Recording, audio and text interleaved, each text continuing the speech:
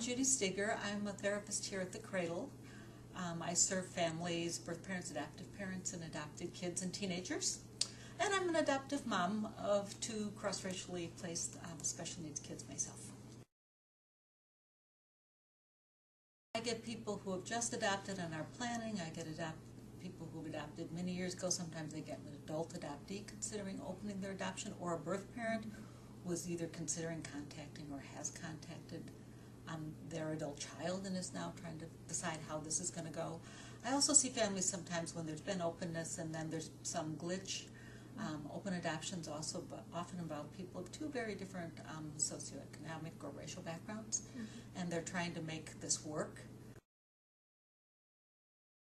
Sometimes that one party has stopped communicating. It's often that the child is maturing and their understanding of adoption is maturing with that, which is often why people come to talk about adoption with their kids too.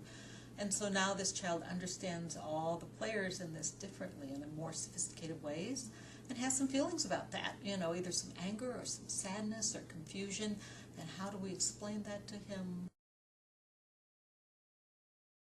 The most common time for a family to come to me, and it's often an adoptive family, is as their child is just at that tween going into teen years, because at that point an adoptive person understands their adoption anew because they have this emerging awareness of the world around them and other people's values and ideas, and they're beginning to compare and contrast themselves to their parents. I not only may or may not look like them depending on the placement, but I'm good at different things.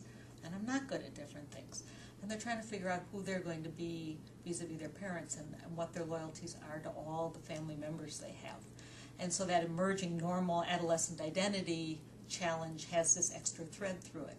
And if they had a tough start or some prenatal risks, alcohol or drug or whatever, and so there may be some emerging learning issues now at school that are a little more subtle and they're tripping this kid up and frustrating them, that might be in there. So that can be really challenging times for families, quite within what's typical, and something where I have some experience that I can share and help parents and teens think through sort of how they're going to go from here.